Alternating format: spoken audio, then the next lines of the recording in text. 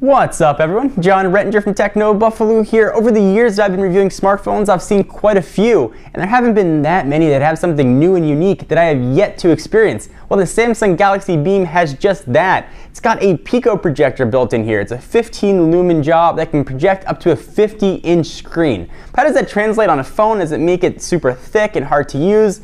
Is the screen that it projects on not going to be the best? Let's go ahead and take a look at the Galaxy Beam, see how it works.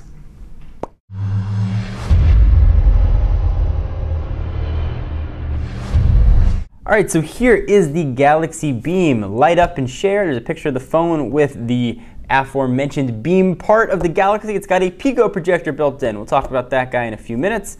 We've got some branding on the side and some specs on the back, but of course we're going to run through all of this stuff. Thank you to our friends at Negri Electronics for hooking us up with this bad boy. They're the place we go to get all of our unlocked accessories and phones and tablets. Be sure to check them out. Link's going to be down below. All right, let's go ahead and use my ceremonial unboxing scissors. I think it's time for the obligatory big old knife to make a comeback, though. We'll go ahead and cut the plastic here, push it off to the side. I have not seen this phone in person. I have not touched this phone in person. I have not even whispered the name of this phone, so I'm actually very curious to see how this Pico projector works. So we'll pull off the top of the box. It's quite a long box. And here is the Galaxy Beam in a bit of a little shell there. Go and pull that off. And Galaxy Beam. Push off to the side for just a quick second. See what else we're going to have in the box, and we'll run through some specs. Quick start guide. We've got some sort of additional, looks like they're charging an extra battery in there. We've got a syncing cable, of course the standard USB to micro. We've got two batteries in here. Obviously one is the extra, and they are of size 2000 milliamp hours.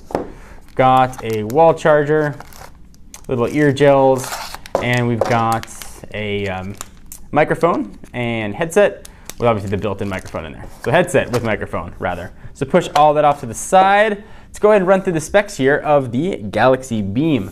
So it is running a bit of an antiquated Android 2.3.6 Gingerbread. It does have TouchWiz 4.0 on it though. Dimension standpoint, 4.8 inches by 2.5 inches by a not thin 0.49 inches, but I suppose we can forgive that because it's got a Pico projector built in. And with battery, it's going to weigh 5.1 ounces. The screen is a 4-inch WVGA affair with a resolution of 480 by 800. It's got, as we mentioned, two 2000 milliamp hour batteries. It's going to be good for about 9 hours of talk time. It's got a Cortex A9, so for those of you that keep track of processors, that's a dual-core 1 gigahertz processor. 768 megabytes of RAM, 8 gig internal storage with micro SD expansion. It's got a 5 megapixel autofocus camera. I'm going to peel off the plastic. We're living right there. With flash, and it can shoot 720p video. On the front, we've got a 1.3 megapixel camera there as well, Bluetooth 3.0. HSPA Plus, no LTE here. The Pico projector is 15 lumens, and that can put up to a 50-inch screen. But enough of me talking about it. Let's go ahead and pop in the battery and see what this thing looks like. We'll come right back in a moment. All right, so here we've got the Galaxy Beam. Let's go ahead and see what software version it's running. I know that we said it was running Gingerbread, but I want to see it for myself. And we are running Android 2.3.6. So the screen here is pretty much what you'd expect from a WVGA resolution screen. It looks nice. TouchWiz works fine. The Cortex A9 processor is very capable, albeit a little bit of a last generation processor. But this phone isn't really about the specs. It's about some other tricks that it's got. Let's continue the tour. Volume rocker up and down. SIM card's going to go on the side. On the right-hand side, you've got the projector button, which we'll play with in a little bit, power lock button, and your micro SD card slot. I do really like, though, that Samsung's got the micro SD card slot and the SIM card slot on the side, so you don't have to remove the battery to do that. Quite nice. So you've got one big button right down there in the middle, and flanked to it on the left and the right are capacitive, menu, and back buttons. And there's your charge and sync port, as well as a noise-canceling microphone. 3.5 millimeter headset jack is also going to live there. On the back, we've got the 5 megapixel camera that we mentioned. And then there is that 15 lumens Pico projector, which we'll show you in just a moment. Pretty cool, actually. The rest of this phone is pretty much what we've seen from previous Samsung devices. Nothing that exciting here, but we can get a chance to see what they are. We'll go ahead and take a look at some of the widgets, see if anything maybe new they hid in here. And it looks to all be relatively standard Samsung stuff. Not to say bad at all. Samsung's got some very nice widgets. All right, so let me go ahead and show you the projector. So that's really where all the action happens here. So to activate the projector, you go ahead and hold down this button on the side.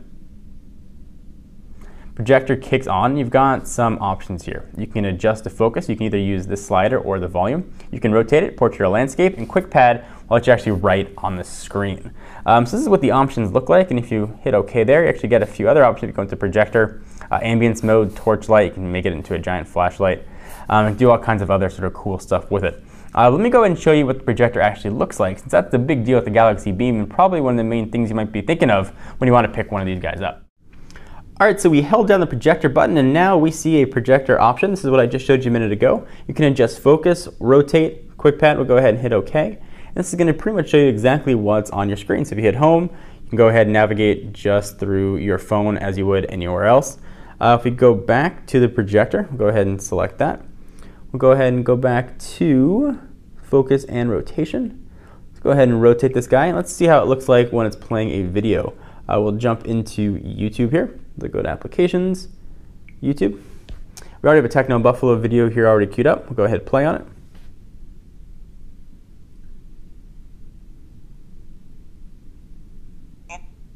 Android 4.1. Let it rotate. Let's go ahead and put these guys head to head. See who comes out on top. And actually, it looks pretty decent. The quality, certainly, it's not movie theater type quality, but it actually, just down the volume there, looks pretty nice. If you pull it back farther, the screen gets bigger. You can go up to actually a 50-inch screen. As I move closer, obviously, it gets smaller.